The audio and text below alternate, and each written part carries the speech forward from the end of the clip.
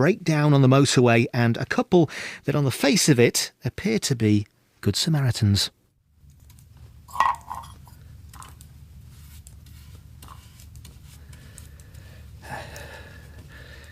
Now, shall I paint roses round the door, or clematis? Oh, I have a feeling I've gone wrong. Ah, there it is. Oh, dear. A good 20 rows back. I don't know how you keep on with it. You'll have nowhere to store them soon. I still have the 2 drawers at the bottom of Mother's wardrobe. I wish you wouldn't call it that. What's wrong with the old walnut? It always was the old walnut.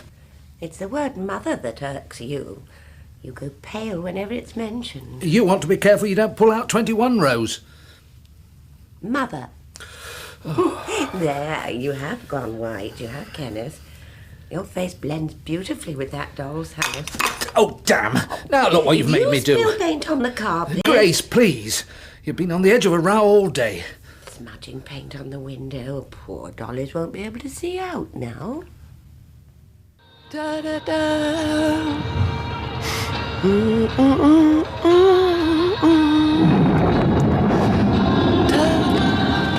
Uh-oh. Oh, no, not again. Not now, not here. Oh, Christ, I can't see a bloody thing. Right. Now, how to get across to the hard shoulder. All right! Hazard lights. Where's the damn switch? Now, let's see if these bastards will let me in. Can you believe it? Can't you see I'm in trouble? Calm down, Sarah. Calm down. Now, after this lorry. Now. This is a nightmare. Just go.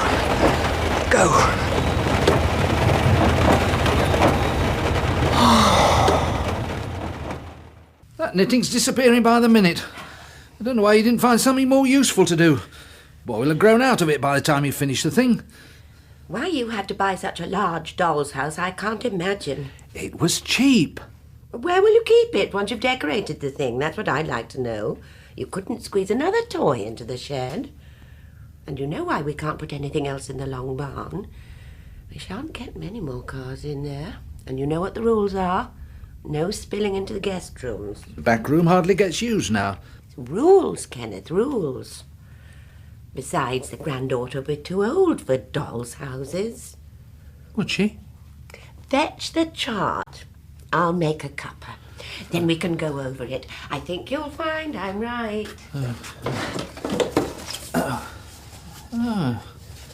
She knows this chart like the back of her hand. Well? Oh, I wish you wouldn't do that. I wouldn't have put the hatchway there if I thought you were going to stick your head through it every 5 minutes. Why not admit you're wrong? I shan't rub it in, promise. There's a 12-year-old here. With boy written in brackets. In your handwriting. I might well have written girl in there. But it wasn't your turn, Daddy. If my memory serves me right, the first was a joint decision and we both agreed on a girl. And I clearly remember we had her down as a young teenager. And I think at that age girls would rather be playing with boys, not dolls.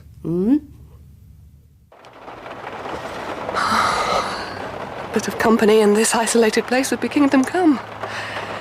No one to disturb lovers here. Oh, please, rain, please, stop. Uh-oh. Someone's coming to help you. Thank God for central locking. Trouble? Yes, windscreen wipers packed up, but I phoned for help, thank you. Be here any minute. I can't run you anywhere. I have to wait here. They'll be here any minute now. Right. Well, good luck. Why is he staying there? Why doesn't he drive off? He's waiting. He could tell I was lying. Oh. Going. I don't fancy driving in this, but neither do I cherish the idea of playing sitting duck for some crazy lunatic. You're quiet. I was thinking about my mother again. I was wondering why we let her make us do something we would live to regret. She was a powerful woman, and I was weak. You were young. I suppose that's where I went wrong. Those 20 rows back. I don't think about Mother without thinking about our baby. And my mind was full of her. I can't think why. It's nearly 10 o'clock. Oh, someone broken down, that's what it'll be. Tell them we're full. I'll say the wind must have blown the sign round. Yes, that's it. They're not to know. But what if it's someone... Oh, it's bound to be a family wanting to break their journey because of the storm. I don't want strangers in tonight, Kenneth. I've got a headache. Oh, well then, I shan't let them in. Turning up at this hour. It's not fair. I'm sure other bed and breakfast establishments would do the same. Yes. 10 o'clock. Another 10 minutes, we might have been in bed. The lady's car broke down on the motorway, Mummy. Oh. It was the windscreen wipers, actually. Just the windscreen wipers. I couldn't see a thing. Almost caused the most dreadful accident. I kept pulling over onto the hard shoulder. 3 times I stopped, but it got so bad. And then once it eased, I'd set off again, but no sooner had I gone a mile or so, and down it came again. I just couldn't sit there any longer. It was so dark. And I knew there was a bed and breakfast along this lane. So I do hope that you have a vacancy. I feel quite drained. Oh, we must get you out of those wet clothes. You'll catch your death. You're in luck. We've no one in this evening. We're usually quite full. Oh, it must be my lucky night. I'm sure Mummy will find you something to Of wear. course she will. Now you come with me. Oh, thank you. You've been very kind. Oh, now, there's a strange thing. We haven't had that chart out for months. I've given her that nice red dressing gown. Could have been made for her. Did you notice her eyes, Daddy? She's got... I know. Blue eyes. I was going to say blue, but... Certain bewildered, starry look. The same colour, that's all. We mustn't ask too many questions. Oh, Lord, no, mustn't do that. Oh, now that does look nice. It's brand new. I hope it's not somebody's present.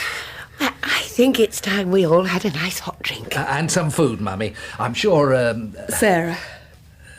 Sarah must be quite ravenous. No, please, don't trouble. It's much too late to start messing around in the kitchen. Hot soup. That should bring some colour back into those cheeks. Come and sit by the fire, Sarah. I think I should phone the police, tell them why I left my car on the hard shoulder. First things first, you've had a bit of a shock one way and another. We don't want to make Mummy cross. Now then. Now, why don't you tell me about yourself, What were you doing? Driving all alone, by yourself, on a night like this? Well, I've been staying in London for a few days, hunting. I'm an antique dealer. Oh, well, now that is a coincidence. Grandmother, she did a bit of wheeling and dealing. She used to have her own curiosity shop years back. That's why this place is so full of this stuff. That garage is laden with what are now classified as antiques. I'll see if I can twist Mummy's arm. See if we can't get her to let you have a good rummage in the morning. You were thinking of selling some of it, then? To be perfectly honest, I'd be glad to see the back of that stuff. And I could do with the space. Of course, if they're very special antiques, I might not be able to afford the sort Oh, of... no, don't talk about money. It's probably a load of old junk. Oh, I'd have to pay a fair price. I couldn't possibly live with myself if I felt I'd cheated you. Oh, well, just a few pounds then to show goodwill. As I say, it's nothing more than a heap of antiquities. Some of that furniture looks as if it's come out of the ark. I expect you'll find a few bits and bobs. Yes, I'm sure I will. Some nice hot mushroom soup. That's what she needs. Daddy, it's rude to spy. I'm observing. It's why I made this hatchway, if you remember. Oh, she's very pretty. I should think her children would be most attractive. Did she mention? No, but she's got that look of her mother. The funny thing is, she doesn't seem that concerned about phoning home. You'd think she'd want to. There's something very sad about that young lady. I find it quite remarkable, her turning up like this, right out of the blue. And almost the very next day. Last night I almost begged him not to send any more disappointments. And afterwards, when I had said all I had to say, I felt lighter inside. In here, a kind of warm glow. You'll have to get busy on that doll's house. Oh, we've changed our mind about that, have we? Oh, it's only a chart, Daddy. But it might well have been an omen. You remember our list of names? Yeah. Names we would have called her if Mother hadn't been so hard. You recall which one was our favourite? Yes. I must say that did shake me up a bit. That's right, Sarah. You warm yourself by the fire. I'm sorry to have taken so long. I expect you must be tired after your long journey. Now, if you would like to sit in that armchair, I think you'll find this tray will fit very nicely on your lap. I am a bit worried about my husband. He would be expecting me home by now. If I could use the phone. Oh, I know what this will mean. You know what men are like. You'll want to arrange things with your car tonight, and we've just settled ourselves to your staying. And you won't get a chance to go through those things in the garage. I could always come back another day. Once I get an idea in my head... There's no shifting it. Well, I'm desperate for space. I intended moving that stuff out of there within the next couple of days. I could always phone the local dealers. Well, I suppose I could always tell him about your garage. Tell him I needed a bit more time. Not mention the car on the hard shoulder. Now you're talking. The phone's in the hall. Turn left out of the door and keep walking till it hits you in the face. You must let me pay you for the call. Oh, you can always tell an honest face when you see one. Laura? Oh, thank goodness you're in. Listen, I want you to do me a favour. I've tried to get hold of Rod, but he's not back yet. Will you keep ringing until you get him and say I shan't be back tonight, not for a couple of days? Oh no, this is my find, and what a find. Can you believe? A dotty old couple with a garage crammed full of antiques they want to get rid of. Or should I say, old junk, as they put it. No way! Find your own. No, that will not be necessary. No address, no phone number, no clues. Don't worry, I'll share some of it with you. Does your husband often let you travel about by yourself, Sarah? I don't want you to think I'm interfering, but it seems a bit irresponsible. Oh, I do it all the time. Go all over the country. Sounds like you've spent most of your life looking for something. Or someone. Yes, I have. Antiques, though, not people. I don't like it, Sarah. It worries me. All this toing and froing on lonely roads. Anything could happen to you out there. Anything. Well, maybe I'm like the cat with 9 lives. Nothing deadly has happened so far. Tango 5 Alpha to control, receiving, over. Go ahead, Bob. Car parked on the hard shoulder, Sarge. Request registration check on Charlie 21, Uniform Victor X-ray. What makes you think I've got children? I prefer animals. I've got 3 cats and a dog. I see you're knitting something for a child. I expect your father must be disappointed. No grandchildren? Oh, I'm one of 3. My parents are quite content. 5 grandchildren. It comes very expensive at Christmas. Why didn't you have children, Sarah? Does it matter? Daddy? Oh, I'm sorry. It's none of my business. It's just that, well, you look like a good childbearer. Do I? I knew a woman once. She had 8. Not her own, of course, no. She was barren, as I remember it. Used to foster and sometimes adopt. Sarah didn't say anything about that. It's not the sort of thing one likes to talk about. An adopted child doesn't always want other people to know. I would, of course. I certainly would.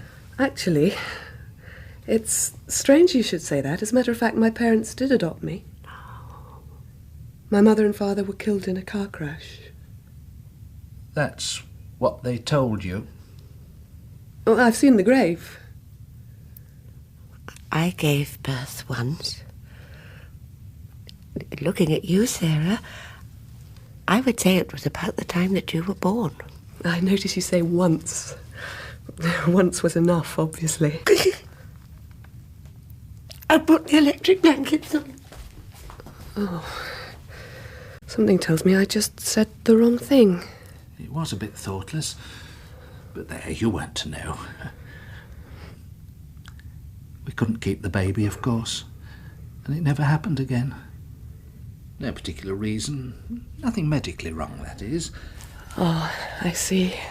We always knew that our little girl would seek us out.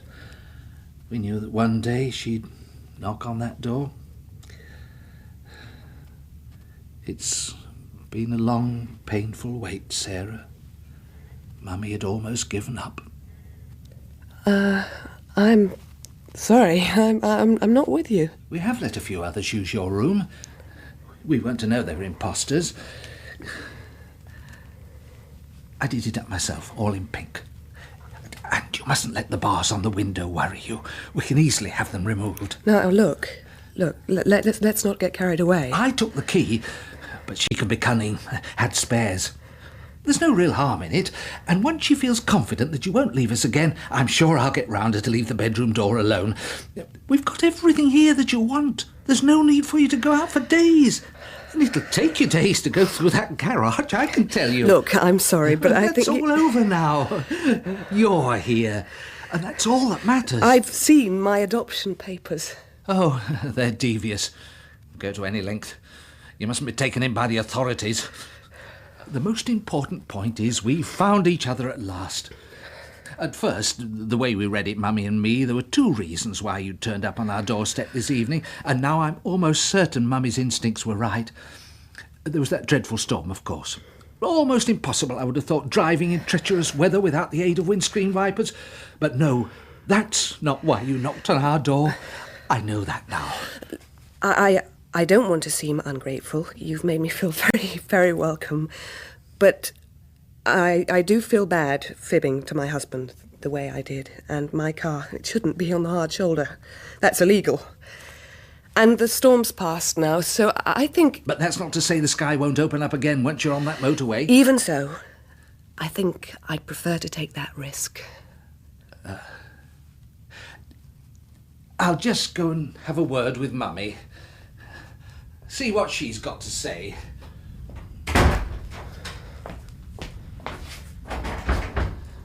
I don't believe this. You mustn't let locked doors worry you. It's just a precaution. We shan't keep you very long.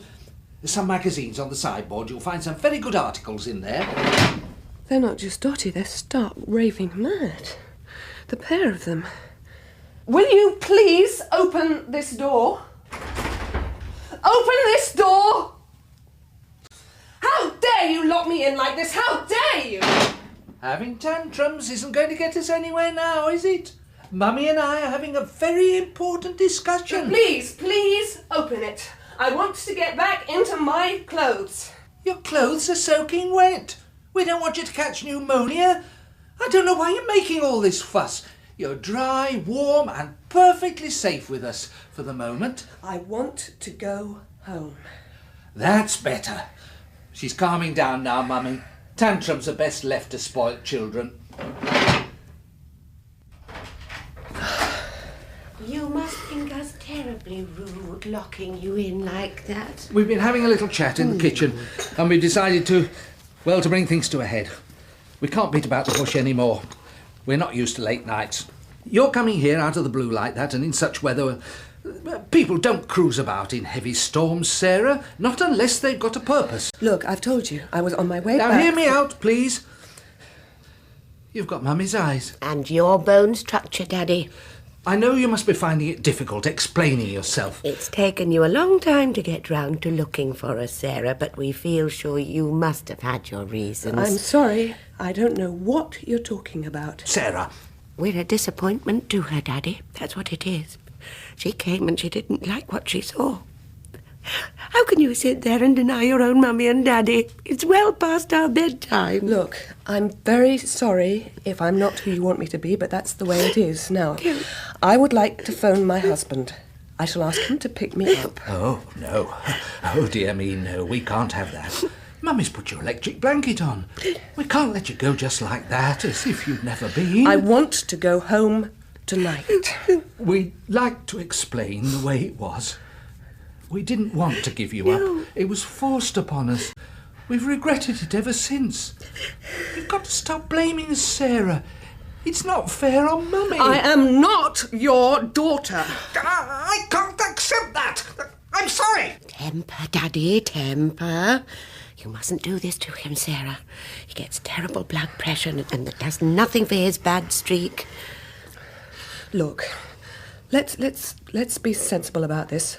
I would love it if you were my parents. I'm sure you'd both make wonderful... But I am not who you want me to be. And I will not pretend. My name is Sarah Brown. I look exactly like my own mother. I've seen her photographs. Now, your daughter is out there somewhere, but I am nothing to do with you. And you have no right to keep me here. I will not stay. Now, why don't we stop all this bickering? Drink our cocoa before it gets cold. I don't want any, thank you. I would rather use the phone. Don't want your cocoa? After Mummy stayed up late to make it? All right. I'll drink my cocoa like a good girl. But then... It's all been a terrible misunderstanding. Another silly mistake. You're right, Mummy. But then you nearly always are.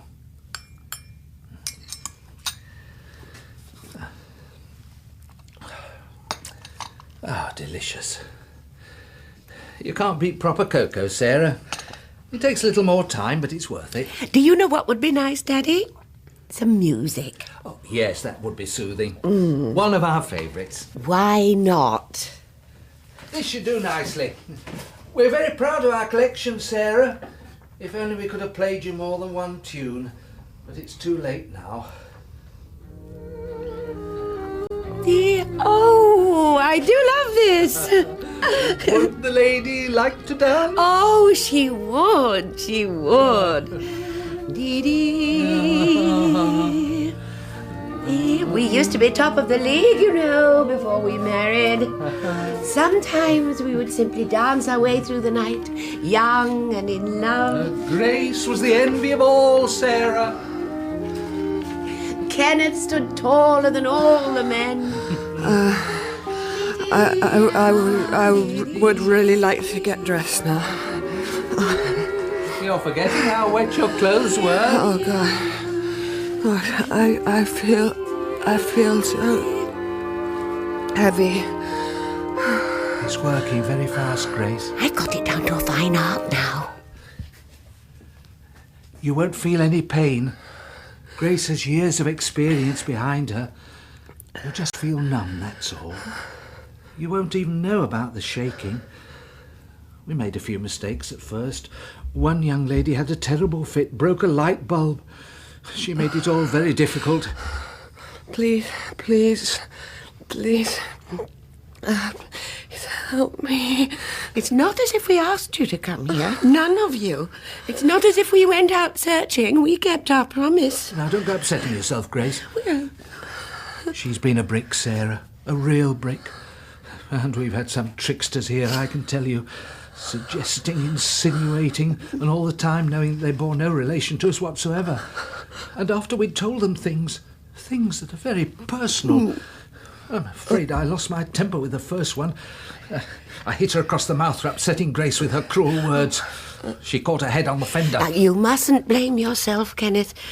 She had no regard for his bad streak. We decided on cocoa after that. I don't think she's listening, Kenneth. Well, they do say the hearing's the last to go.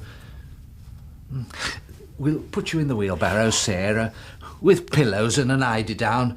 We want you to be comfortable, and we'll wait for the last breath before we let you slip down into your watery grave. Oh, fetch the wheelbarrow, Kenneth. She's going quicker than the others. Oh, it must have been the music. You won't be alone down there, Sarah. We think there are 4 others in the well. We've got through bags of lime. 4 or 5, we can't quite remember. We wouldn't have given our baby away, you know. We had planned to run away to Gretna Green. But Mother acted quicker than we could think. She sent me away to the country, to a home. When it was all over and I came back, she tried to keep Kenneth away from me. But she couldn't. We had gained strength. She wouldn't come to the wedding. None of my family came to the wedding. They turned their backs on us, Sarah. And I haven't seen any of them since.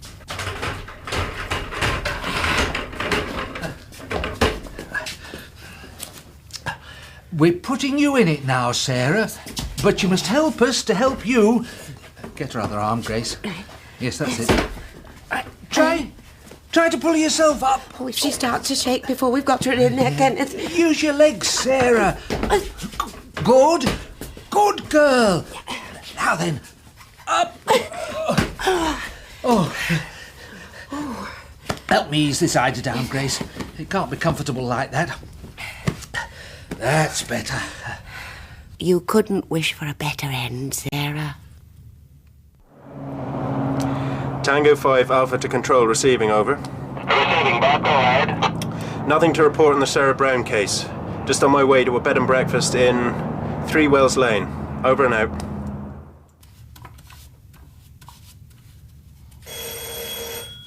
Margot!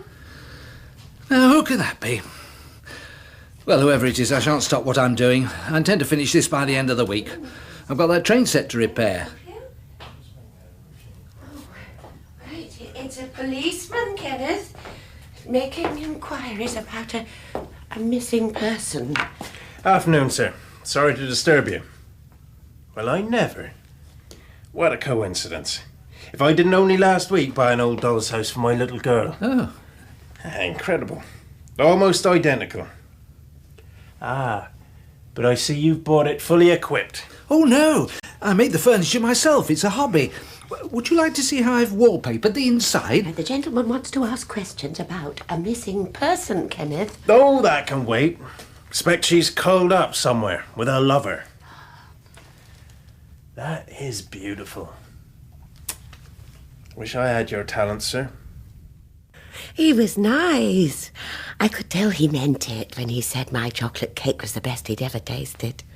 It's a pity we shan't see him again. Oh, we'll be seeing him. What? Not that he'll come in search of Sarah. He told me in confidence, Mummy, so you mustn't repeat this. He said the police have more than one eyewitness who saw a man talking to Sarah on that hard shoulder. No description, though. I don't expect they'll catch up with him. But what if he should come forward? Now, honestly, Mummy, is that likely? People these days, they've got no time for helping others. No, it's a cold-hearted race out there. I said I'd make him a few bits to go in his little girl's doll's house. Oh, I am pleased. You know, he's just the sort of man I imagine our daughter would have married. And you got on so well with him, Daddy. I do hope he does come back. In Wishing Well by Sally Warboyes, Grace was played by Rosemary Leach, Kenneth by Norman Bird and Sarah by Kate Buffery. The policeman was played by Robert Portal and the man by Alan Barker. It was produced by Cherry Cookson. BBC Radio 4 Extra. Next, as part of 4 Extra's season of British food and farming, Charlotte Smith of Radio 4's Farming Today has been ploughing the BBC's sound archives to harvest gems from its long-running sister programme On Your Farm. Charlotte has dug up a rich and varied crop of characters and stories that demonstrate the resilience and the inventiveness of British farmers now and in decades past. This is On Your Farm, a journey through the British Isles and beyond. Hello. Between 1900 and 1973, the UK lost 26 of its native breeds of livestock. As farming methods rapidly changed, alongside an increasingly intensive approach to food production, traditional breeds of sheep and cattle were displaced by more productive ones, which grew more quickly or produced more milk. But there were a few rare individuals who recognised the importance of those threatened native breeds, such as longhorns, and they set about conserving them. A leading figure in what became a national movement, the Rare Breed Survival Trust, founded in 1973, was the Cotswold farmer Joe Henson. For more than 4 decades, his farm near Cheltenham has been a haven for unusual breeds of pigs, sheep, goats, cattle, horses, ponies and poultry. It's helped to educate generations of visiting families and school children about the importance of maintaining diversity among farm animals.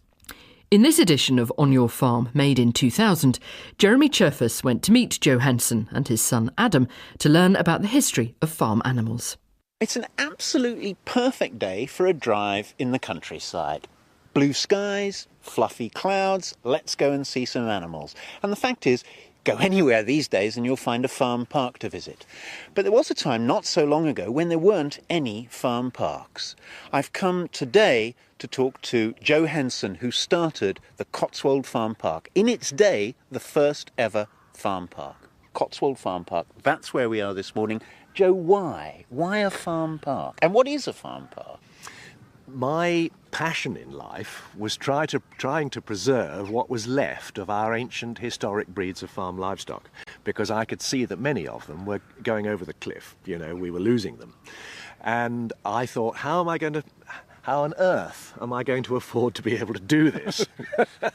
And I came up with the idea that the public could perhaps pay for my hobby, if you like, Jeremy, you know, if we're perfectly honest. Yeah, because they couldn't pay for themselves as farm animals. No, rare breeds were rare because they weren't commercial.